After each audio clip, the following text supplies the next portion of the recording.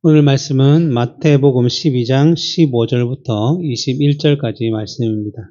제가 봉독하겠습니다. 예수께서 아시고 거기를 떠나가시니 많은 사람이 따르는지라. 예수께서 그들의 병을 다 고치시고 자기를 나타내지 말라 경고하셨으니 이는 선지자 이사야를 통하여 말씀하신 바 보라 내가 택한 종 곧 내 마음에 기뻐하는 바 내가 사랑하는 자로다. 내가 내 영을 그에게 줄 터이니 그가 심판을 이방에 알게 하리라. 그는 다투지도 아니하며 들레지도 아니하리니 아무도 길에서 그 소리를 듣지 못하리라. 상한 갈대를 꺾지 아니하며 꺼져가는 심지를 끄지 아니하기를 심판하여 이길 때까지 하리니 또한 이방들이 그의 이름을 바라리라 함을 이루려 하심이니라. 아멘. 우리가 지난 시간에 한 2주에 걸쳐 안식일에 대해서 함께 살펴보았습니다. 하나님께서 안식일을 주신 목적, 그 목적이 무엇인가 하면 하나님 안에서 참된 안식을 누릴 수 있다는 사실을 가르쳐주기 위해서 안식일을 허락하신 것입니다. 창조의 안식이라고 한다면 하나님께서 6일 동안 온 세상을 만드신 후에 7일째 쉬셨는데 그렇게 하신 것은 이미 밝혀진 대로 하나님께서 힘들어서 그렇게 하신 것이 아니라 사람으로 하여금 하나님께서 창조하신 모든 것들을 다스리고 경작하다가 제 마지막 날에 이 모든 것을 만드신 분이 하나님이시며 내가 그 하나님과 교제하며 소통하며 동행할 때에 내가 정말로 참된 안식을 누릴 수 있구나 하는 사실을 가르쳐 주시기 위해서 창조의 안식일을 주셨습니다. 하지만 그러한 가운데 죄를 짓게 되었고 그 죄로 인해서 사람이 하나님과 단절됨으로 이제는 참된 안식, 영원한 안식을 누릴 수가 없는 상태가 된 거죠. 그래서 하나님께서 그러한 가운데서도 자기 백성으로 택하신 자들이 하나님과의 교제, 또 참된 안식을 누릴 수 있도록 하기 위해서 예수 그리스도를 보내셨고 그 예수 그리스도 안에서만 하나님과 화평을 누리며 또 그로 인해서 하나님께서 허락하신 참된 안식을 누릴 수 있도록 해 주셨던 것입니다. 물론 구약에서는 아직 예수님께서 오시지 않으셨기 때문에 제사와 절기나 성막이나 성전을 통해서 예수 그리스도로 말미암아 누리는 안식을 상징과 예표로 믿고 누리게 하셨습니다. 신약 이후에는 실제로 상징과 예표의 본체이신 예수님께서 오셔서 구원의 모든 사역을 성취하신 이후에는 이제 예수 그리스도 안에서 모든 사람들은 다 하나님과 화목을 이루며 예배하며 안식의 은혜를 누리는 것입니다.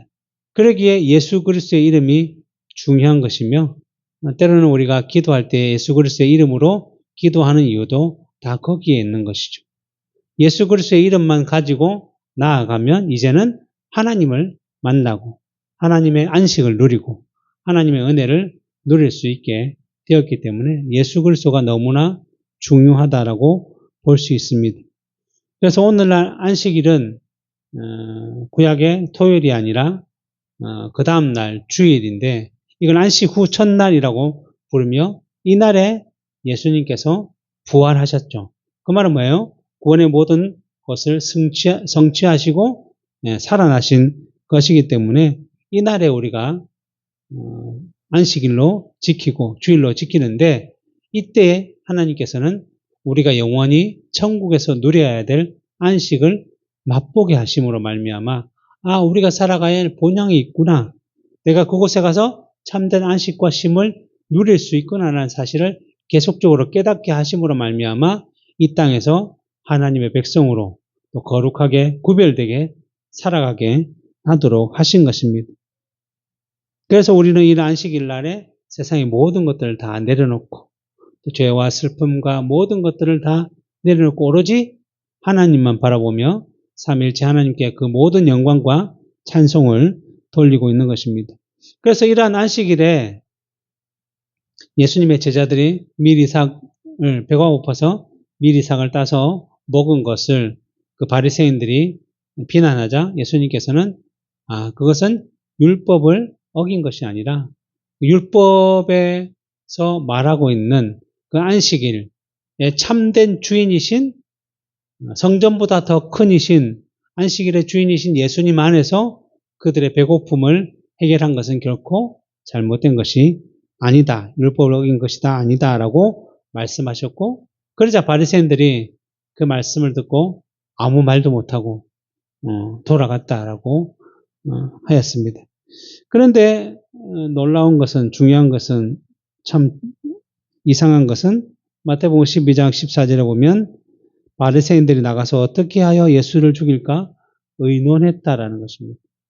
어떻게 보면 예수님께서 율법의 참된 정신, 또 안식일의 참된 정신, 안식일의 주인, 참된 안식의 의미를 말씀해 주셨다고 한다면 그동안 내가 안식일을 잘못 알고 있었구나. 나는 안식일에 무엇을 지키고 무엇을 하지 말고 무엇을 금하는 것만 알고 있어서 이렇게 형식적으로 힘들게 어렵게 지켜왔는데 예수님께서 안식일에 자비와 긍휼도 있구나. 우리가 해야 될 무엇인가 있구나. 선을 행해야 하는구나 라는 것을 말씀해 주셨기 때문에 내가 이제 깨달았구나. 이제 다른 삶을 살아가야지 라는 것이 어떻게 보면 가르침을 받은 자로서 마땅한 바인데 그래서 하나님의 은혜를 구하며 회개하며 자복해야 함이 마땅한 바인데 이 사람들은 오히려 어떻게 하냐면 이 말을 듣고 나서 예수를 어떻게 죽일꼬?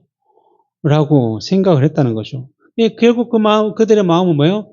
돌같이 굳은 마음이었기 때문에 복음이 들어가는데 도리어 튕겨서 더 세게 돌아오는 이러한 모습만 나타낼 수밖에 없는 것이죠. 진리가 그들의 심령을 파고들고 그들의 골수와 관절을 쪼개기까지 해야 되는데 너무나 강철 같은 그들의 마음이 그것을 튕겨내어서 오히려 더 예수를 공격하고 죽이고자 하는 그러한 악한 마음까지 품게 만들어졌다는 것입니다.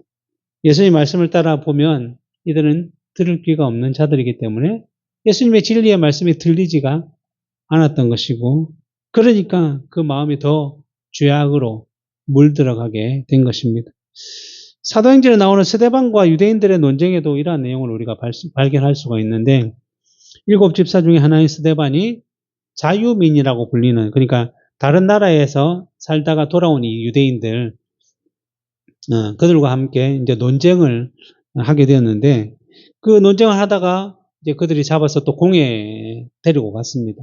그때 사도 바울이 우리가 잘 알고 있는 복음의 메시지를 선포하는데 사도행전 7장 54절부터 58절에 보면 그들이 이 복음의 메시지를 듣고 마음에 찔려 그 마음에 분명히 찔렸어요. 그 말이 사실이니까 진리니까 찔려서 회개하고 돌이키는커녕 그를 향하여 스데반을 향하여 이를 갈거든. 이게 뭐예요? 분노를 했다는 그 말을 듣자마자 분노를 했다는 거예요. 자기의 죄가 드러났죠. 진리를 들으면 깨닫거나 자신을 돌아보거나 회개해야 하는 것이 마땅한데 그들 마음에 자신들의 주장한 논거나 논리가 맞지 않다는 것을 깨달았지만 그래서 양심의 찔림을 받았지만 어떻게 행동했냐면 진리를 선포한 스데반을 향해서 이를 갈았다는 것입니다. 마치 왜 우리의 잘못, 우리의 죄악을 드러내느냐 라는 식으로 이를 갈았다는 것입니다. 그때에 어떠한 일이 있었느냐면 스데반이 성령 충만하여 하늘을 우러러 주목하여 하나님의 영광과 및 예수께서 하나님 우편에 서신 것을 보고 말하되 보라 하늘이 열리고 인자가 하나님 우편에 서신 것을 보노라 라고 말해요. 한쪽은 죄로 인해서 그냥 분노하고 이를 갈고 있는데 한쪽 스데반은 하나님의 영광, 그 복음의 메시지를 전파할 때 하나님의 영광과 하늘에 계신 예수님께서 하나님 보좌 우편에 서 계신 것을 볼 정도로 영광이 충만해져 있었다는 거죠. 이러한 것을 보면 움츠러들고 더 그것을 통해서 감동 과만을 받아야 할 것인데 오히려 반대가 되어서 어떤 일이 발생했죠? 그들이 큰 소리를 지르며 귀를 막고 일제히 그에게 달려들어 성 밖으로 내치고 돌로 쳐서 스데반을 죽였다는 것입니다. 이처럼 죄로 물들어 있는 이 세상은 진리, 복음이 선포되면 당연히 진리의 말씀을 통해 죄를 깨닫고 복음을 받아들이는 것이 어떻게 보면 마땅해 보이지만 자신들의 죄가 드러나는 것을 참을 수 없어하며 오히려 그것을 가리기 위해 더 악한 행동을 하게 되었다는 것입니다. 그래서 우리가 나가서 복음을 전하고 전도를 하면 어떤 일이 발생합니까? 예, 무시를 하고 피해가고 그래서 더 악한 자들은 오히려 우리에게 왜 전도를 하냐고 비난을 하고 박해를 하는 그런 일이 있죠. 그래서 가인과 아벨이 제사를 드렸는데 하나님께서 동생 아벨의 제사만 받으시자 어떠한 일이 발생했죠? 가인이 시기하고 질투하고 미고 하나님이 왜 내 제사만 안 받으시지? 아니 그렇다면 내 제사에 무슨 문제가 있나? 자기의 제사를 돌아보고 행실을 돌아봐야 하는데 또 그 가운데 하나님께서 너 죄를 돌아봐라. 너의 죄로 인해서 너가 분이 일어나는 것은 죄로 말미암은 것이다라고 말씀해 주셨는데도 그것을 깨닫지 못하고 오히려 모든 죄를 자기 동생 때문이라고 생각해서 동생을 쳐서 죽이는 악한 일들을 발생한 것입니다. 이처럼 복음이 선포되면 늘 죄가 더 크게 드러나든지 아니면 회개하고 자복하는 일이 반드시 발생하게 되는 것입니다. 그리고 또 사람의 죄성이 또 어떠한 방식으로 드러나는가 하면 조금 전에 해서 마태복음 12장 14절에서는 바리새인들이 나가서 어떻게 예수를 죽일까 의논했다고 하는데 동일한 내용을 말하는 마가복음 3장 6절에 가면 바리새인들이 나가서 곧 헤롯 왕과 함께 어떻게 하여 예수를 죽일까 의논했다. 바리새인들만 의논한 것이 아니라 헤롯 왕과 의논해서 예수님을 죽일까라고 얘기했다는 거죠. 이 헤롯 왕은 누구냐 하면 그 분봉왕 헤롯을 따르는 사람들인데 이 사람들은 누구냐 하면 그 당시 이스라엘을 지배하던 나라는 로마이죠. 로마에서 그 분봉왕을 이렇게 정해서 너가 왕해라 라고 할 때 헤롯이 그 왕이 되었던 거죠. 그러니까 그 헤롯에 힘입어서 어떠한 일들을 하고자 하는 세력들이 있었다는 거죠. 예를 들면 유대 종교 지도자들 중에 또 권력과 이렇게 손잡은 사두개인과 같은 제사장과 같은 이런 무리들인 것 같습니다. 그들이 헤롯의 편에 서서 이스라엘을 또 다스리고자 하고 자기들의 세력을 떨치고자 했던 것이죠. 그러다 보니 이 바리새인과 헤롯 왕과는 사이가 좋지 않았어요. 왜냐하면 바리새인은 좀 서민들에게 복음을 율법을 전하던 사람들인데 이들은 이스라엘 편이기 때문에 그 로마 지배 세력 또 그들과 함께 손을 잡고 있는 헤롯 왕과는 늘 사이가 좋지가 않았어요.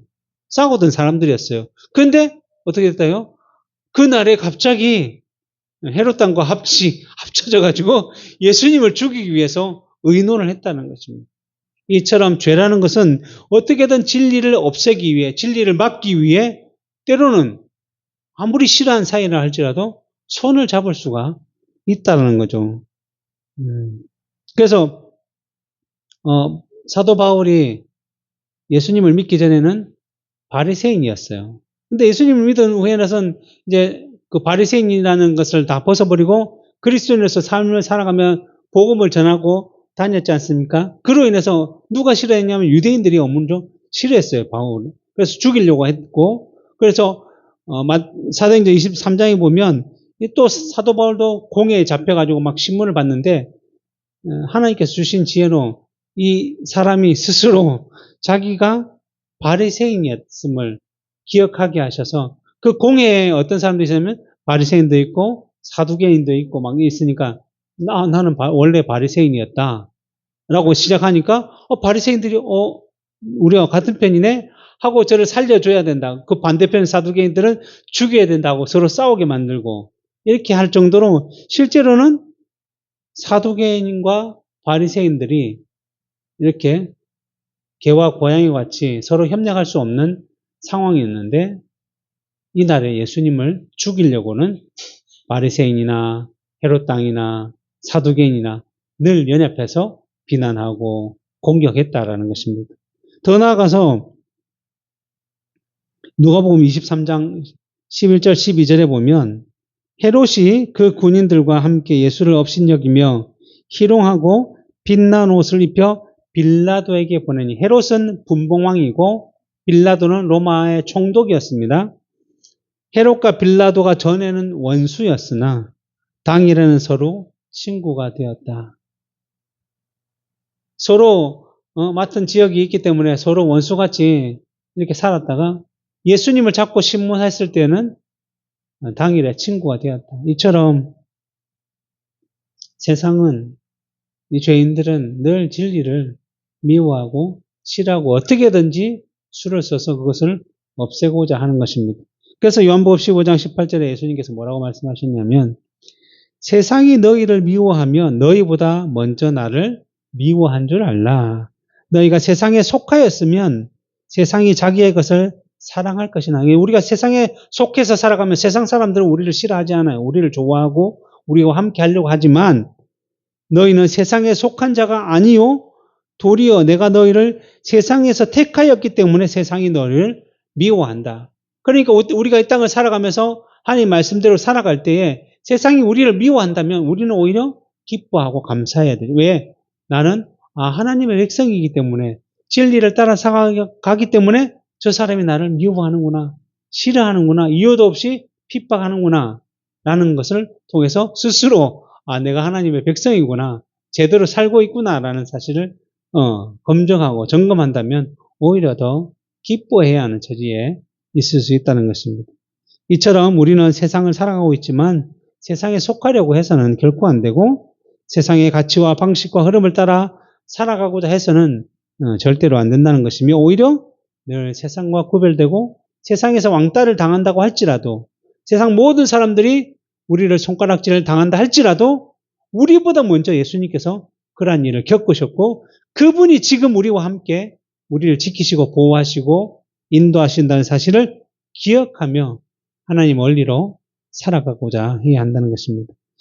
이처럼 세상이 예수님을 미워하고 비난하고 죽이려고 공격하고자 하는 상황이었지만, 예수님께서는 이런 상황을 피해서 어디 동굴에 숨은다지 아니면 광야나 밀림에 숨은 것이 아니라 자신에게 주어진 그 하나님께서 주신 사명, 그 사역을 따라 계속적으로 공생의 사역을 했다는 것입니다. 그래서 오늘 본문 15절, 16절에 보면 예수께서 아시고, 뭘 아셨다는 거예요? 바리새인과 헤롯 당이 모여서 예수님을 죽이려는 것을 아시고 거기를 떠나가시니 많은 사람이 따르는지라.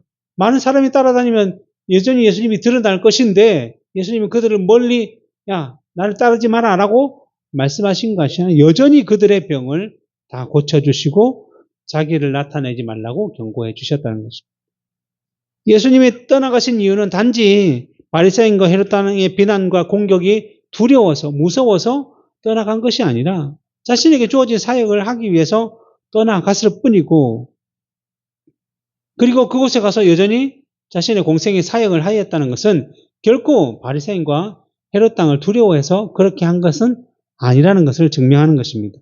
그러나 예수님께서 그 사람들을 고쳐주시면서 나를 드러내지 말라, 이를 드러내지 말라고 하신 것은 혹시라도 또 소문이 나서 그들이 따라와서 날 잡아갈까봐 두려워서 그렇게 하신 것이 아니라, 아직은 하나님의 때가 아니었기 때문에, 예수님께서는 이 땅에 오셔서 공생의 사역을 다 마치신 후에 하나님의 때에 하나님의 방식을 따라 죽으심으로 자기 백성들의 죄를 사하시려는 그런 목적이 있었기 때문에, 이것을 분명히 예수님께서 아셨기 때문에 지금은 아직 그들을 자극해서 그들로 하여금 더 죄악을 저지르도록 만들지 않기 위해서 피하신 것이죠. 그리고 사람들로 하여금 자기를 드러내지 말라고 하심으로써 하나님의 때를 기다리셨다라고 하는 것입니다. 물론 예수님은 사람이기도 하지만 하나님이시잖아요. 그래서 헤롯 당과 바리새인들이 막 칼을 들고 몰려와도 내가 말로만 해도 충분히 그들을 제지하고 막을 수 있었지만, 또 이 땅에서는 사람으로 살아가셨습니다. 그 이유는 무엇이냐면 예수님께서 우리에게 본을 보여주셔서 주의 뜻을 따라 살아가는 자들로 하여금 그대로 살아가도록 본을 보여주시기 위해서 살아가셨기 때문에 예수님께서는 하나님의 말씀에 순종하며 우리에게 참된 본을 보여주신 것이죠. 그리고 그러한 행동에 대해서 뭐라고 말씀하냐면 오늘 본문 17절에 이는 이렇게 하신 것은 선지자 이사야를 통하여 말씀하신 바를 이루기 위해 하셨다. 그 말은 뭐예요? 하나님이 예언하신 대로 약속해 주신 대로 그대로 하기 위해서 예수님께서는 지금도 살아 계신다. 그렇게 행하고 계신다라고 말씀하는 것입니다. 그러면 그 예언이 무엇인가 하면 18절부터 보라 내가 택한 종 곧 내 마음에 기뻐하는 바 내가 사랑하는 자로다. 내가 내 영을 그에게 줄 터이니 그가 심판을 이방에 알게 하리라 라고 말씀하고 있습니다. 이제 이 내용은 이사야 42장의 내용을 마태가 인용해서 말씀하고 있는데 먼저 보라 내가 택한 종 곧 내 마음에 기뻐하는 바 내가 사랑하는 자로다 라고 하신 이 말씀은 여기서 종이라는 의미는 우리가 생각하기에 단순히 노예나 하인을 의미하는 것이 그러한 천한 계급을 말하는 것이 아니라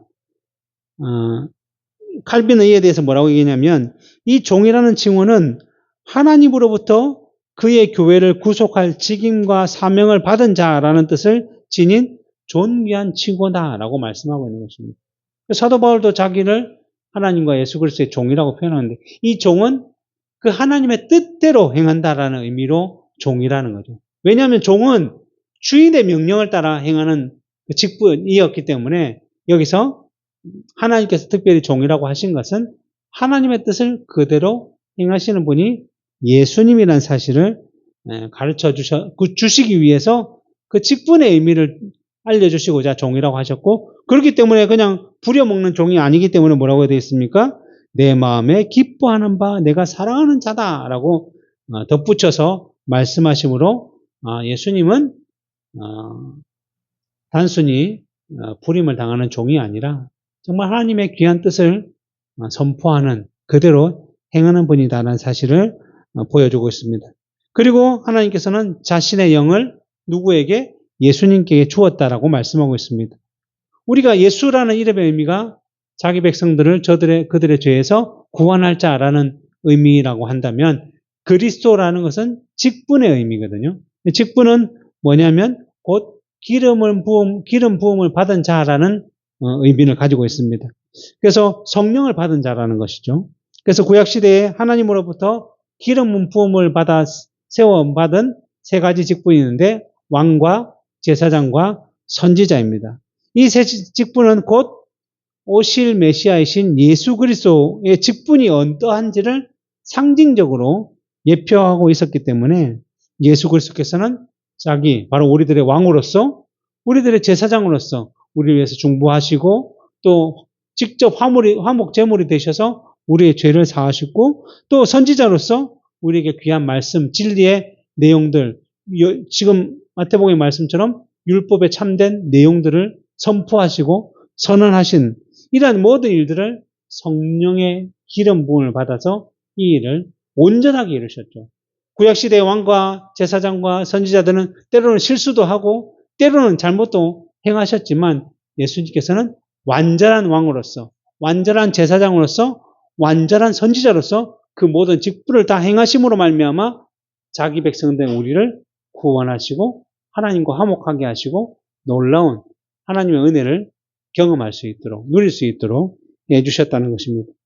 이러한 예수님께서 무슨 일을 하시냐면 심판을 이방에게 알게 하신다는 것입니다. 물론 그동안 구약시대에서는 이스라엘 백성들만이 하나님의 택함을 받은 백성이며 그래서 그들만이 구원에 이르게 된다라는 생각을 가지고 있었지만 이제 신약시대로 와서 예수님께서 오셔서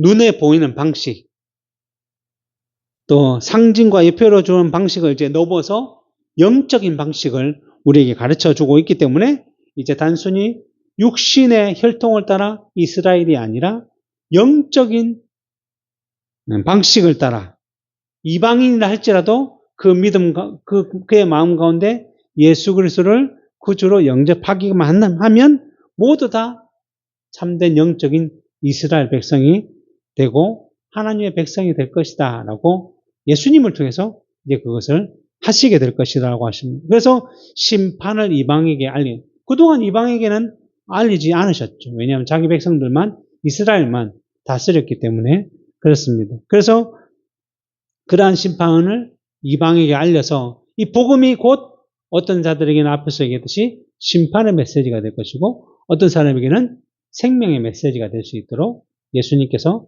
증거하실 것인데 이 어떠한 방식으로 하실 것이냐라고 설명하는 것이 이제 19절부터 등장하고 있습니다. 첫 번째, 그는 다투지도 아니하며 들레지도 아니하리니 아무도 길에서 그 소리를 듣지 못하리라라고 말씀하고 있습니다. 여기서 다투지도 아니한다라는 말은 무엇을 의미하냐면 예수님의 일하는 방식, 메시아로서 오신 예수님의 방식은 세상이 원하는 방식이 아니라는 것입니다. 지금 이스라엘은 로마가 지배하는 상황이죠. 그러다 보니까 그들은 어떠한 메시아를 기다리냐면 굉장히 카리스마 있는, 능력 있는 메시아가 와서 자기 백성들을 막 모아서 막 그들을 동원해서 그들을 동력해서 힘을 모으고 그래서 로마를 물리치고 이스라엘을 회복하고 강력한 나라가 되게 만든 그런 메시아, 세상이 원하는 메시아, 마치 뭐와 같죠? 그런 강한 군주, 강한 왕, 나폴레옹이나 마게도니아의 왕이 누구죠? 그런 왕과 같은 그러한 사람을 원했지만 예수님께서는 그처럼 다투지 아니했다라는 거죠.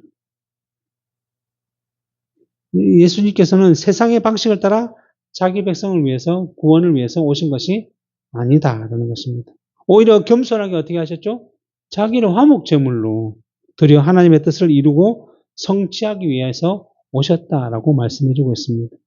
그래서 마태복음 26장 51절부터 54절에 보면 가룟 유다가 제사장들에게 돈 은 30을 받고 예수님을 팔아넘기기 위해서 그들의 이제 무리들을 데리고 예수님을 잡으러 오니까 뭐라고 되어 있냐면 예수와 함께 있는 자 중에 하나가 손을 펴 칼을 빼어 대제사장의 종을 쳐 그 귀를 떨어뜨렸다고 했습니다. 이 사람은 누구냐면 요한복음에 보면 베드로라고 설명이 되어 있습니다. 그런데 예수님께서 베드로에게 뭐라고 하시면 내 칼을 도로 칼집에 꽂으라. 칼을 가진 자는 다 칼로 망한다. 너는 내가 아버지께 구하여 지금 12군단이나 더 되는 천사를 보내시게 할 줄 모르느냐? 할 수 없을 줄 아느냐라고 말씀합니다. 무슨 말이에요? 예수님은 바로 성자 하나님이시잖아요. 앞에서도 얘기했듯이 그냥 말로서 그냥 가룟 유다와 함께 온 자들을 물리칠 수 있는 능력이시고 그리고 하나님께 말씀드리면 그냥 한 수백 명, 수천 명, 수만 명의 그 천사들을 보내가지고 그들을 짓밟아 물리칠 수 있는 분인데 예수님이 오신 방식은 세상이 원하는 그렇게 싸움을 통해서 이루는 방식이 아니라는 것을 보여주기 위해서 베드로로 하여금 칼을 집어넣어라 라고 말씀하셨고 내가 일하는 방식은 세상의 방식이 아닌 하나님의 방식을 따라 내가 이 땅에 너희를 위하여 죽으러 왔다라고 가르쳐 주신 것입니다. 그리고 나서는 54절에 내가 만일 그렇게 하면 너희들이 생각한 대로 싸우고 물리쳐서 승리를 하면 이런 일이 있으리라 한 성경이 어떻게 이루어지겠느냐? 그 말이 뭐죠? 성경의 예언이 그러한 방식으로 예수님께서 승리할 것이라고 되어 있지 않기 때문에 그러한 일이 이루어지지 않는다. 나는 십자가에 달려 죽음으로 말미암아 너의 죽음을 대신 지실 것이다라는 사실을 가르쳐 주는 것입니다. 그러니까 예수님의 사역 방식은 세상과 다투지도 아니하고 또 무슨 말이죠? 들레지도 아니한다라고 말하는데 이 들레지도 않는다는 말은 들리지 않게 한다는 거예요. 세상은 알 수가 없어요. 예수님의 복음의 메시지, 예수님의 일하는 방식을 보지 못하는 거죠. 그래서 요한복음 3장에 아리마대 니고데모가 예수님께 와서 예수님이 하시는 일을 보니까 하나님이 보내신 자와 같습니다. 그러니까 예수님께서 뭐라고 하셨죠? 아니다. 성령으로 거듭나지 아니한 자는 하나님 나라의 일을 보지 못한다라고 분명히 말씀하셨죠. 그러니까 세상이 예수님의 일하는 방식을 볼 수가 없는 거죠. 볼 수 있고 들을 수 있다면 바리새인과 헤롯 당이 이미 회개하고 돌아왔을 것인데 그렇지 못했다라는 것입니다. 그래서 예수님의 오심은 정말 세상이 알 수 있을 정도로 화려하게 오신 것도 아니고 자기 백성 이스라엘이 반기지도 않고 알면서도 찾아오지 않을 정도로 초라하게 이 땅에서 오신 것이고 그러니까 그들은 들을 귀가 없어서 정말 들을 수 없는 그러한 사역들을 행하시는 것입니다. 그래서 오늘 본문에서 아무도 그 길에서 그 소리를 듣지 못할 것이다 라고 말씀하고 있으며 귀 있는 자만, 들을 귀 있는 자만 예수님께 반응해서 예수님 앞으로 나오는데 그래서 성경에 곳곳에 계속 뭐 백부장이라든지 귀신 들린 자라든지 아니면 뭐 다리 저는 자라든지 예수님께 나와 그 고침을 받을 때 늘 예수님은 내 믿음이 너를 구원했다라고 말씀하는 것입니다.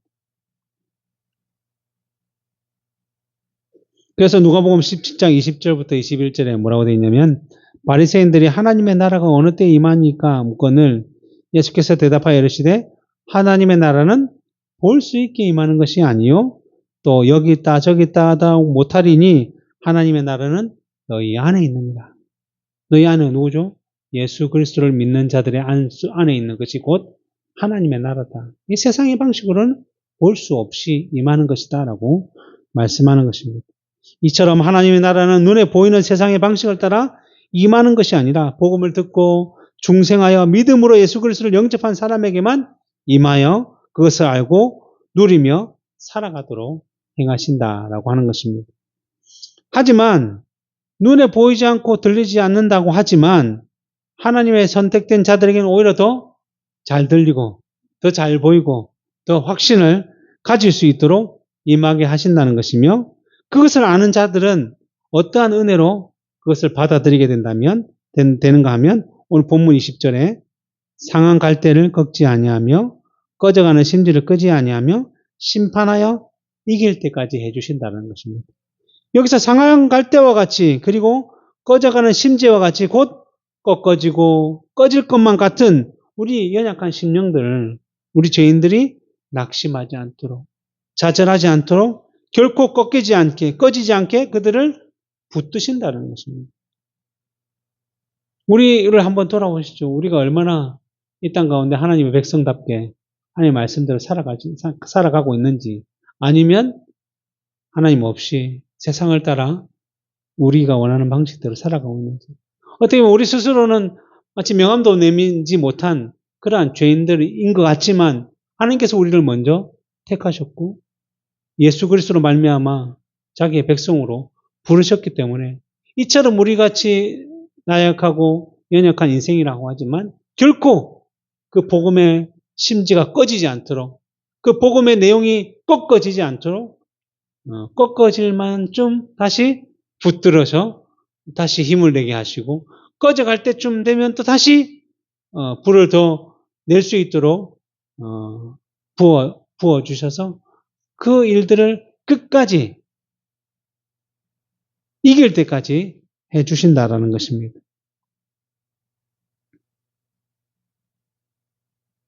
누가복음 15장에 보면 우리가 잘 아는 탕자의 비유가 등장하죠. 17절부터 20절에 보면 아버지께 받은 유산을 다른 나라에 가서 이제 막 자기가 원하는 대로 허랑망탕하게 다 써버리고 이제 돈이 다 떨어지니까 그 돈만 좋아했던 친구들이 다 떠나가 버리고 아무도 자기를 돌보지 않아서 사람들을 돼지를 대신 치는데 그 돼지가 먹는 쥐업 열매조차도 누가 주는 사람이 없어서 마치 허기져서 굶어 죽을 것 같은 그러한 상황에 이 둘째 아들이 어떻게 했냐면 이것이 내 인생의 끝인가 보다. 난 더 이상 살아갈 자격도 없고 힘도 없고 능력도 없구나 하고 어떻게 자살을 택한 것이 아니라 그때에 무슨 일이 발생했죠? 이에 스스로 돌이켜 이르되 내 아버지에게는 양식이 풍족한 품꾼이 얼마나 많은가. 기억했다는 거죠. 아버지의 집을 기억하겠다. 스스로 기억한 것이 아니라 하나님께서 택하신 백성은 그 절망의 상황 가운데서도 성령께서 무엇을 기억하게 하냐면 우리가 들었던 말씀, 우리가 받았던 은혜, 그 하나님을 기억하고 그리스도를 기억하고 성령을 기억하게 하셔서 더 이상 절망으로 완전 나락으로 떨어지지 않도록 도와주신다는 거죠. 그래서 이것을 우리가 성령의 조명하심이라고 표현하고 있는데, 그러니까 우리가 계속적으로 말씀을 읽고 말씀을 들어야 하는 이유는 무엇이냐면 성령께서 그 말씀을 통해서 우리에게 역사하시기 때문에 우리는 끝까지 계속해서 말씀과 기도로 성장해야 한다는 것입니다.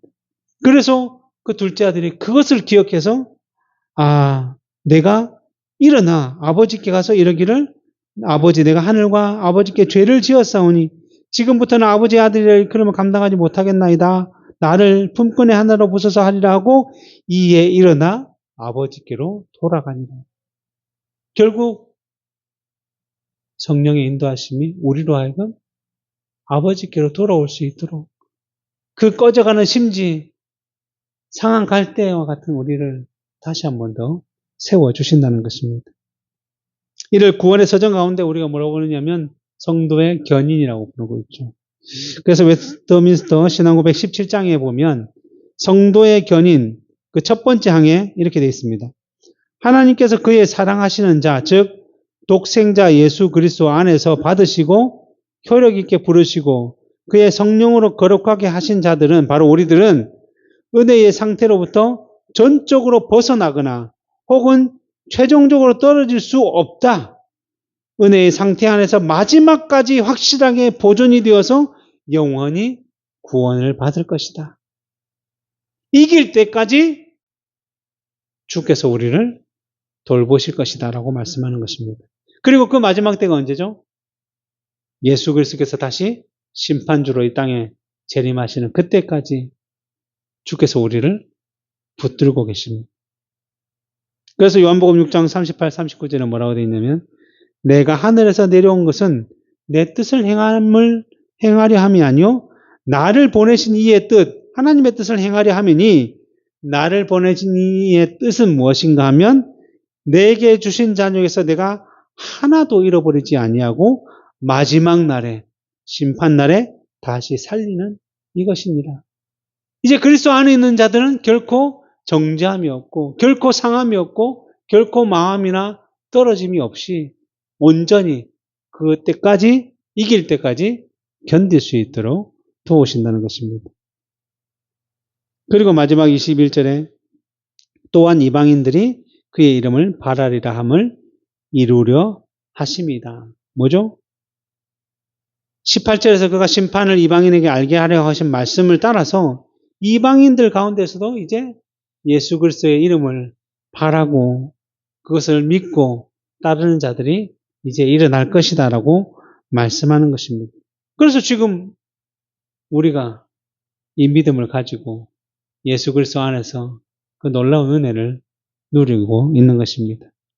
그리고 우리가 죽는 날까지, 또 예수 그리스도께서 다시 오실 때까지 이런 은혜를 받은 우리들과 모든 신자들은 물론 때로는 실패하고 때로는 좌절하고 때로는 정말 하나님 없이 마음대로 살아감으로 말미암아 쓰러지고 넘어지는 경우가 있다고 했지만 여전히 상한 때와 같고 꺼져가는 심지어 같은 존재들이지만 예수 그리스도께서는 결코 우리를 떠나지 아니하시고 우리와 항상 함께 하셔서 지키시고 보호해 주시기 때문에 예수님께서 승천하시면서 자기의 제자들에게 뭐라고 하셨죠? 세상 끝날까지 내가 너희와 함께 하겠다, 있겠다라고 하신 것처럼 결코 우리를 버리지 아니하시기 때문에 우리의 구원은 결코 취소됨이 없이 이길 때까지 끝까지 도와주신다라고 말씀하고 있습니다. 히브리서 12장 1절부터 3절을 보고 말씀을 맺도록 하겠습니다. 이러므로 우리에게 구름같이 둘러싼 허다한 증인들이 있으니, 이 증인들은 구약시대부터 신약시대를 거쳐 지금까지 우리에게 전해졌던 그 모든 교회사의 믿음의 조상들, 선배들, 선조들, 그분들이 다 우리의 증인이라는 거죠. 증인들이 있으니 그 모든 무거운 것과 얼매기 쉬운 죄를 이제 벗어버리고 인내로서 우리 앞에 당한 경주, 뭐죠? 믿음의 삶들을 살아가며 믿음의 주요 온전하게 하신 이인 예수를 바라보자. 우리의 힘으로는 할 수 없어요. 우리의 가치와 우리의 능력과 우리의 노력은 할 수 없어요. 그렇기 때문에 누구를 바라봐야 된다고? 그 모든 것을 이루신 예수를 바라볼 수 있어야 된다는 것입니다. 그는 그 앞에 있는 기쁨을 위하여, 그 기쁨이 뭐죠? 우리를 구원하기 위한 하나님의 뜻을 이루는 그 기쁨을 위하여 무엇을 참으셨어요? 그 십자가의 모든 고통을 참으시고 또 부끄러움을 개의치 아니하시더니, 야, 너 메시아라고 하더니 이제 십자가에 죽어서 실패하는구나. 너가 만약에 메시아라고 한다면 그 십자가에서 걸어 내려오면 내가 믿겠다라는 그 조롱, 그 비난조차도 다 참으셨고, 그로 말미암아 무엇을? 하나님 보좌의 우편에 앉으셨다. 하나님 보좌 우편이 뭐예요? 모든 권능과 영광의 상징이지 않습니까? 만왕의 왕이 되신 거죠. 왜요? 하나님의 뜻을 위해서 그 모든 것을 참으셨기 때문입니다. 너희가 피곤하여 낙심하지 않기 위하여 죄인들이 이같이 자기에게 거역한 일을 참으신 일을 생각하라.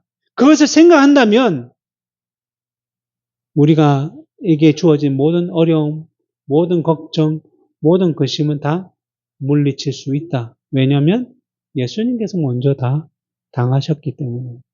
그분이 우리를 지키시고 보호하시기 때문에 우리는 결코 꺼지지도 않고 꺾이지 않는 참된 구원의 놀라운 역사를 열매로 맺게 될 것이다 라고 말씀하시는 것입니다. 이 말씀이 우리의 삶에 참된 위로와 참된 내용으로 삼으셔서 우리 인생이 늘 주와 함께 주만 바라보며 살아갈 수 있기를 바랍니다. 기도하겠습니다.